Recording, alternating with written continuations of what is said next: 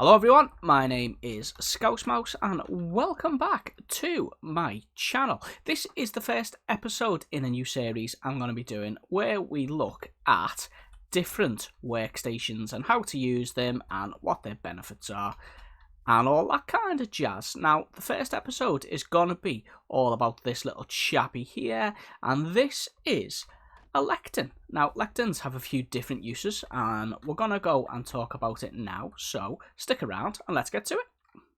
First things first, before you can use the lectern, you need to be at one with the lectern. You need to know how to make it, okay? So on this cheeky little wall here is our recipe. We're going to need slabs across the top, a bookcase in the middle, and another slab at the bottom, and that will make one of these cheeky little lecterns. Nice and simple. Now, you can find these naturally in the world.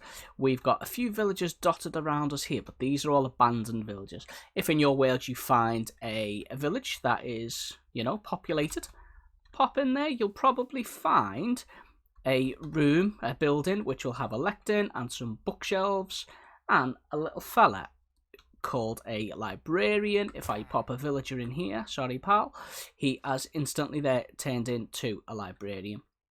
And librarians can be used for trading with. So this guy is currently giving me a rubbish channeling book, which is one of them books you'll only ever really use once or twice if you got a trident.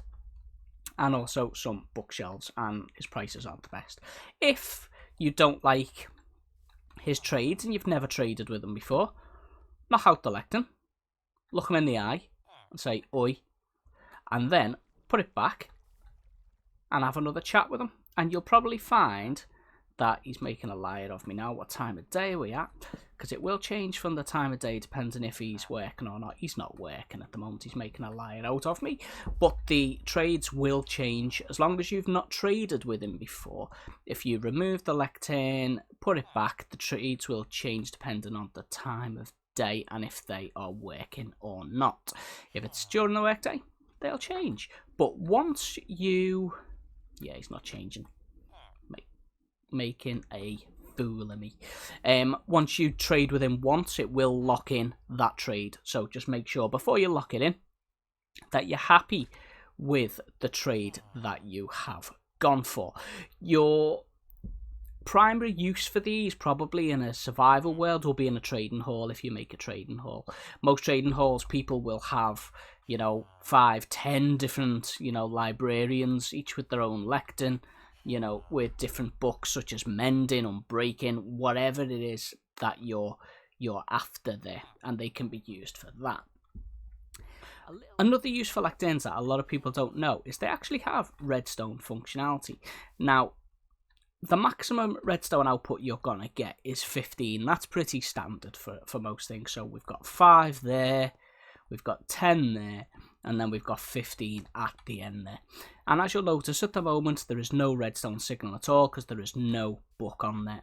But if we get a book and quill, which I'm sure as you guys know by now, you can get a book and quill and you can ignore this message for now, that will become apparent in a minute. You can type in them and leave notes and coordinates, whatever you need. If you sign it, you can't amend it, so only sign it when you've finished. But you can put, a book and quill on a lectern with a comparator, and that is giving out a signal of 1. So anytime you put a book on there, it's gonna give out a signal of 1. Now, if I change to a bit of a funky angle here, so you can see right the way along that row, and I look at this book, if I go to page 2, as you can see there, the redstone signal's up to 2, and 3, and 4, and 5, and all the way up to 15. And this we can use to our advantage. I also want to point out here that you can use books that have more than 15 pages, and it will still output up to a maximum of 15, but you need to do a little bit of maths on it. So this book here has got 30 pages. Now, the way this is gonna work, to figure out what the output is, you're gonna divide the number of pages in the book by 15. So To make it easy, I'd always recommend having the total number of pages in your book as a multiple of 15. You don't have to, but it'll just make it a lot easier to figure out the maths. So if we look at this one, for example, this page has got 30 and there's one light at the moment that is lit up there. If I go to page 2, no other lights have lit up, just that first one. If I go to 3, same again. But when I go to 4, the second light lights up. Now from there, it's going to be every other page that lights up. So let's go through that. 5, nothing. 6, there's a light. 7, nothing. 8, can you see that?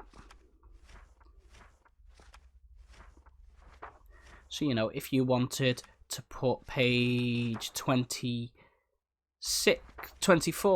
as your trigger for your redstone signal, then that's going to give us 10, 11, 12. So page 24 is giving us a signal strength of 12. So it's worth bearing that in mind when you do this. Like I say, you can use any number of pages in your book, but just divide it by 15. It will be easier on your brain if you do it as factors of 15.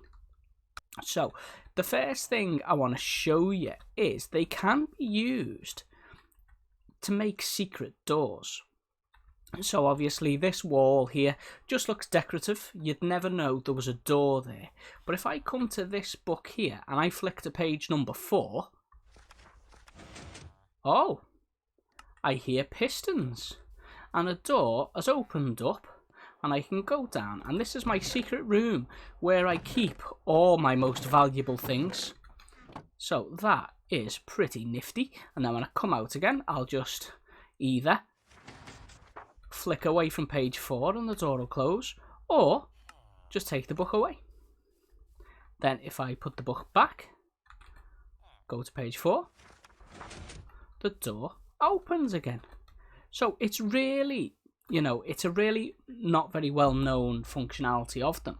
And the redstone for this, I've hidden, yeah, a little bit of it's hidden, but it's not that difficult. And I can do, if you'd like to see a tutorial on that, let me know in the comments and I will do that for you guys. Another one, if you've got friends like me, and you know, Mr. Gobspit is a bit of a, you know, he likes to play around. We do play tricks on each other, and Mama Bear and Kusa and the Tricrafters. And if you haven't checked out their channels, make sure you do, please. You won't regret it. I've got here this statue of the great and wonderful Scouse Mouse, who I'm sure if you've not already subscribed to, you will do now. And if I put, which one was it? I think it was that one, wasn't it? So if we go, oh, so what's this book we see here? Don't read page 3. Don't read page 3. That's all my cool secrets. Oh, I'm gonna read these secrets. I'm burning. Oh, it burns. So that is a nice little trick that you can do to get one over on your friends if your friends are like mine and they are little tricksters. And of course you can just reset that by putting the book back to the page that is not needed. So this has been the Lectern, and I hope that you've learned some stuff here that you didn't know before. And look at the, oh, well, isn't he an attractive fellow? Hello, mate. I like him. He's even got the same headphones as me, look. I wonder if we're related.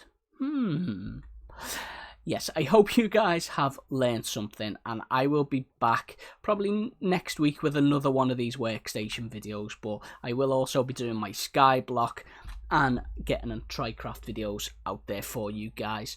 So if you've not subscribed, please do. It means the world to me when you guys do that. So I will see you on the next video. Scouse Mouse out.